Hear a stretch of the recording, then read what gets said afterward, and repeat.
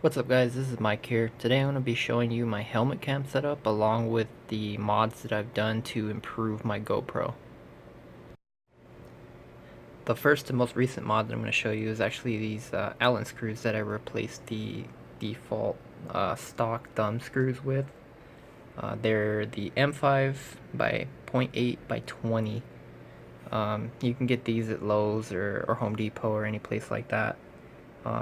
They fit pretty much perfectly in there, and they give it a less bulky look than the big thumb screws do.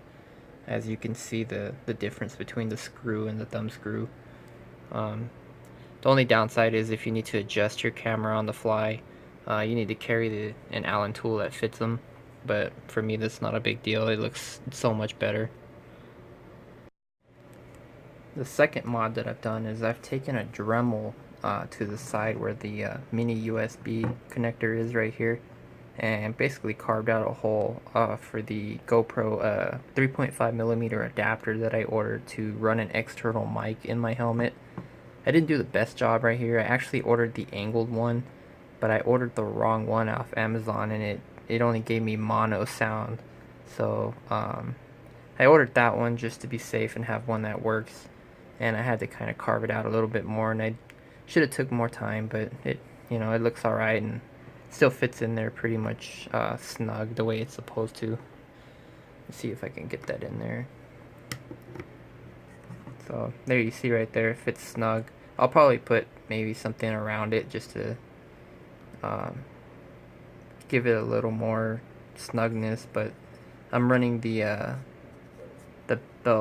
back right here, so you can see in right there, it's not waterproof anyways with this cover, so it's really not too big of a deal.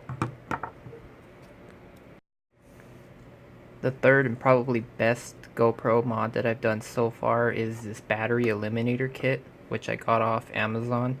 Basically what it is a fill into the battery, which has a USB cable that runs out so that you can plug it into an external battery source. Now basically all you do, you pop the cover off the back and then take the battery out and then slip this one in there, and it clips in there pretty good. It doesn't come out or anything. And it's got this 10-foot long cable, which I think is a little overkill, but some people might find a use for something that long. And it's got the USB on the end where I run it into the external battery source. This one right here is I've had it for a while. It's an older 10,400 milliamp external battery. I run it off the 1 amp. I was trying it on the 2, but it would shut the battery off. So I don't know if it's just a little bit too much power for that or what. But with the 10,000 plus milliamp battery, I've ran the SD card completely full on it and have still had at least 75% battery on it. So it's good for long trips where you want to record and not have to worry about your battery dying. So here you can see I mounted the curved adhesive mount towards the front of the helmet. It's actually a little off to the side, if you can see there. This helmet has quite a curve on the front, and it doesn't exactly stick completely on there. So what I did is I took some 3M adhesive tape and cut little strips on the end and put them on each side so that the ends can have adhesive to the helmet as well, so that not only the front or the middle part sticks but the ends too. And I put it a little off to the side because of the way I have it set up. It curves out this way and then it curves back and then up. But if you look on GoPros, the actual lens is a little bit off to the right. So I mounted it there, and with the mounts it kind of ends up even on the helmet rather than off to the left a little bit. You really don't notice it, but I like to get it as even in the center of the helmet as I can. So here you can see I have the external mic mounted in the cheek pad right here.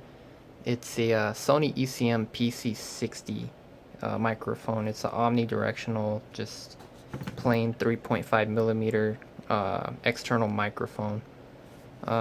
It doesn't come with the microphone first, so you're gonna have to order those separately, and I highly recommend them, even though I have it mounted behind the helmet. The wind still kind of goes up under there and provides quite a lot of noise without this. So here you can see the camera mounted on the helmet. Um, as I was saying before, when you look at it from the front, the lens is more towards the center of the helmet rather than, you know, over here on this side. If you were to mount it straight up in the middle, I have the 3.5mm adapter hooked up to the external microphone. Usually I just leave it like this. It doesn't really bother me much, but probably here in the near future I'm going to get maybe some black duct tape or just some tape here. That way it can be mounted securely to the helmet. That way the wind never blows it around, or you know, it gets disconnected somehow.